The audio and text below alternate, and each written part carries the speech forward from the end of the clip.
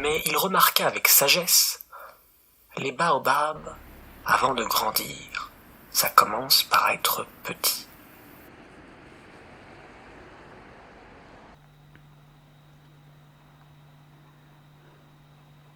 C'est exact, mais pourquoi veux-tu que tes moutons mangent les petits baobabs ?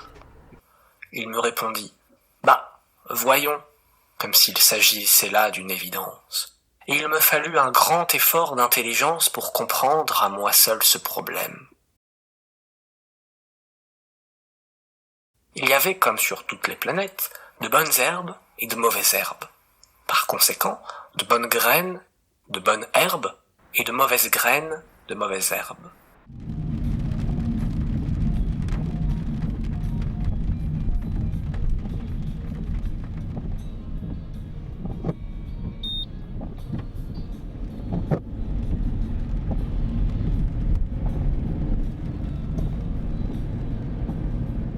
Mais les graines sont invisibles.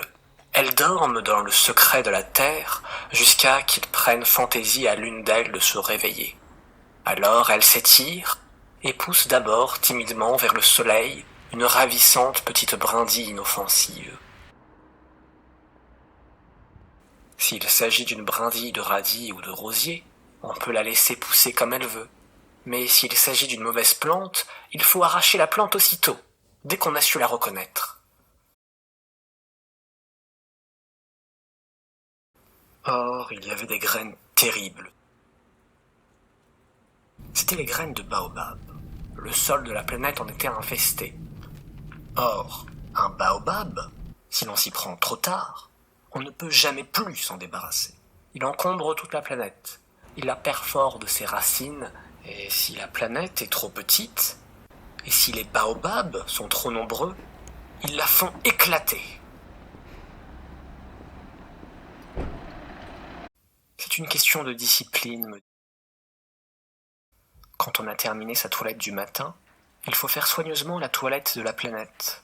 Il faut s'astreindre régulièrement à arracher les baobabs, dès qu'on les distingue d'avec les rosiers, auxquels ils ressemblent beaucoup quand ils sont très jeunes.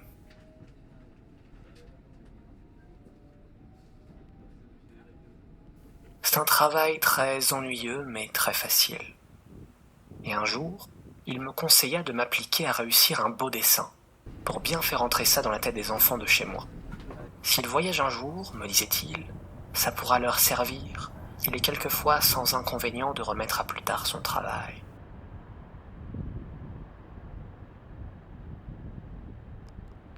Mais s'il s'agit des baobabs, c'est toujours une catastrophe. J'ai connu une planète habitée par un paresseux. Il avait négligé 3 arbustes.